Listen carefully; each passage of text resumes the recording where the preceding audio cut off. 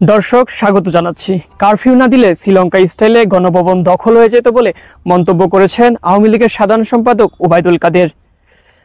কোটা সংস্কার আন্দোলনের দাবিতে চলমান যে কর্মসূচি ছিল সেটির পরিপ্রেক্ষিতে 19 জুলাই সারা দেশব্যাপী কিন্তু কারফিউ ঘোষণা করা হয়।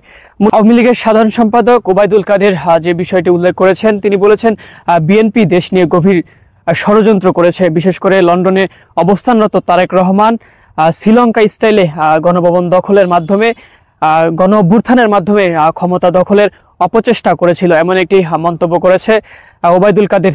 শিক্ষার্থীদের আন্দোলনকে ছিনিয়ে নেওয়া হয়েছে এমনটিও তিনি বলেছেন।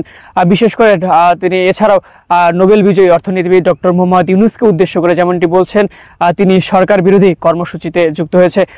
বিশেষ করে তিনি আরও উল্লেখ করেছেন 1/11-এর সময় ডক্টর মোহাম্মদ ইউনূস নতুন দল ঘোষণা করে ক্ষমতায় যাওয়ার চেষ্টা করেছিল, কিন্তু সেটি তিনি ব্যর্থ হয় এবং তারই পরিপ্রেক্ষিতে ডক্টর মোহাম্মদ ইউনূস ভারতকে প্রধানমন্ত্রীকে থামানোর বিষয়ে যে অনুরোধ করেছে সেটিও তিনি আপত্তিকর একটি যুক্তি হিসেবে বিবেচনা করেছেন। ওবায়দুল কাদের যেমনটি বলছে, ইঙ্গিত করে সরকারের সড়ক পরিবহন ও সেতুমন্ত্রী ওবায়দুল কাদের বলেন, আপনাদের নৃশংসতা হানাদার বাহিনীকে হার মানিয়েছে।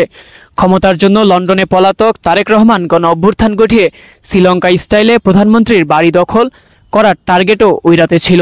যদি কারফিউ জারি না হতো, ওই প্ল্যান তাদের ছিল শ্রীলঙ্কা স্টাইলে প্রধানমন্ত্রীর বাড়ি আক্রমণ করা, অভ্যুত্থানের উপর ভর করে হাওয়া ভবনের যুবরাজ ক্ষমতা দখল করত। এটাই তো তাদের পরিকল্পনা। ওবায়দুল কাদের আরও বলেন, বিএনপি এখন স্বাধীনতা বিরোধী, দেশ বিরোধী, উন্নয়ন বিরোধী অপশক্তিকে নিয়ে নতুন প্ল্যাটফর্ম করার কথা জানান দিচ্ছে। তাদের আহ্বানে তাদের দোসররা সাড়া দেবে, এটাই স্বাভাবিক। মাথা যেদিকে যাবে লেজও সেদিকে যাবে।